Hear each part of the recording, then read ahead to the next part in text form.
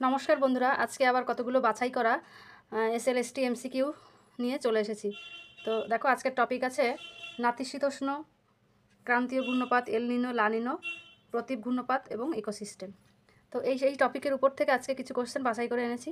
তো প্রথম কোশ্চেন দেখো, ঘূর্ণপাত ও প্রতীপ ঘূর্ণপাত হলো এক প্রকার। উত্তর হয়ে যাবে আকস্মিক ও অনিয়মিত বায়ু।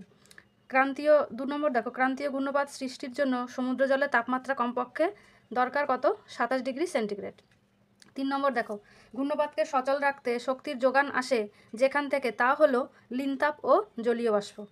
তো বন্ধুরা, আমি এগুলো বই থেকে বা আমার পুরনো যে খাতা ছিল সেখান থেকে খুঁজে খুঁজে এগুলো তৈরি করেছি। তো আমার পক্ষে আরও ভালোভাবে হয়তো প্রেজেন্টেশন করলে তোমাদের ভালো লাগতো, কিন্তু আমার সেরকম কোনো সামর্থ্য নেই।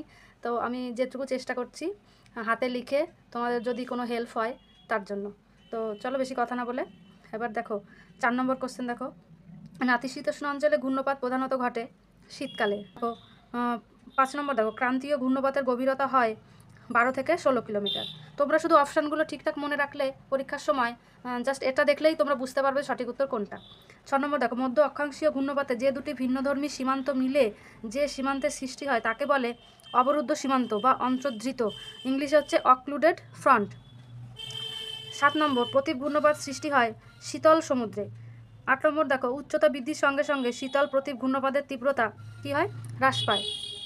মানে যত উঁচুতে যায় আস্তে আস্তে ওর গতিবেগটা কমে যায়। এবার দেখো 9 নম্বর, প্রতীপ ঘূর্ণপাতের ব্যাস কত হয়? 3000 কিলোমিটার। নাতিশীতোষ্ণ ঘূর্ণপাতের সমপ্রেশ রেখার আকৃতি হয় ভি আকৃতির। এবার দেখো 11 নম্বর হচ্ছে নাতিশীতোষ্ণ ঘূর্ণপাতের চাপীয় ঢাল মৃদু হয়। 12 নম্বর কোশ্চেনে কী আছে?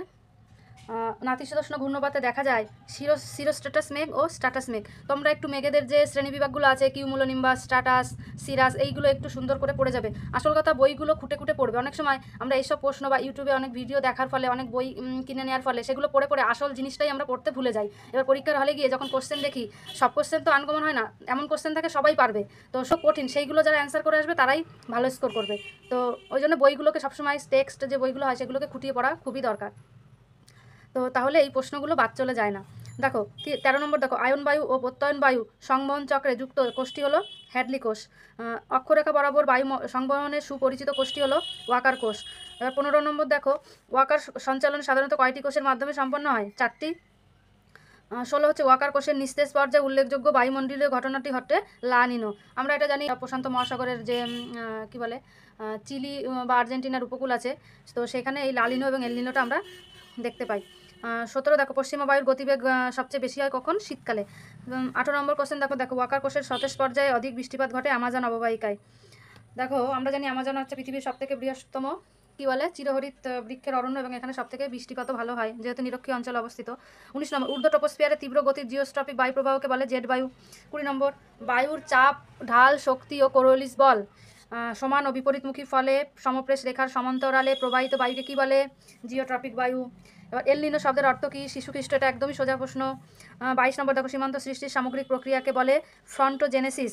3 সীমান্ত বিনাশের সংশ্লিষ্ট পর্যায়কে বলে ফ্রন্টোলিসিস। 4 নম্বর দেখো, এই দুটো অপশান কিন্তু একই রকম, একটু ভালো করে বানানটা একটু আলাদা আছে। তো 25 নম্বর দেখো, ক্রান্তীয় ঘূর্ণপাতের গতিবেগ ঘন্টায় কত? 100 থেকে 250 কিলোমিটার।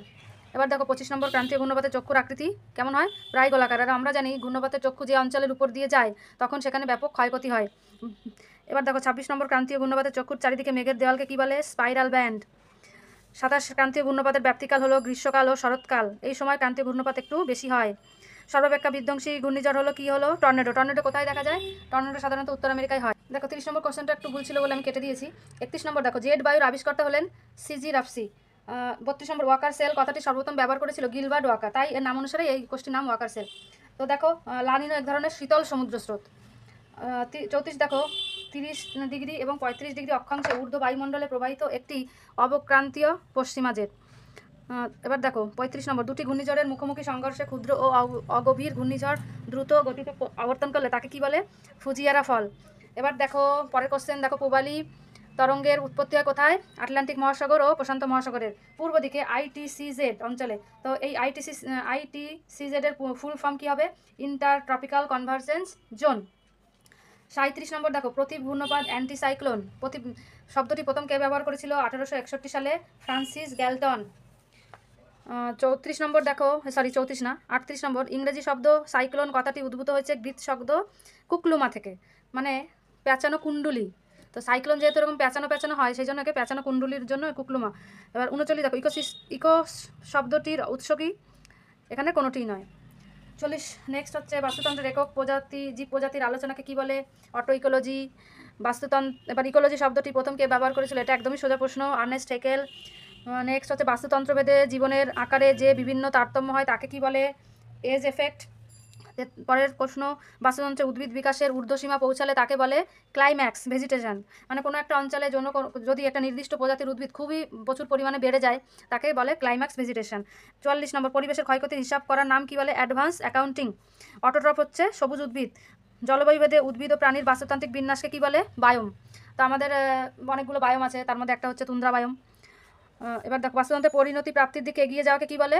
সাকসেশন। তো আজকে ছিল এরকম 47টা বাছাই করা কোশ্চেন। আরও তোমাদের জন্য চেষ্টা করবো আরও সুন্দর সুন্দর বাছাই করা কোশ্চেন নিয়ে হাজির হওয়া। তো ভিডিওটি শেষ পর্যন্ত দেখার জন্য তোমাদের অনেক ধন্যবাদ, এবং ভালো লাগলে বন্ধুদের সাথে শেয়ার করো, এবং তোমরা কোন টপিক পড়তে চাও বা কোন টপিক থেকে প্রশ্ন দিলে ভালো হয় অবশ্যই কমেন্ট করে জানাবে। ধন্যবাদ।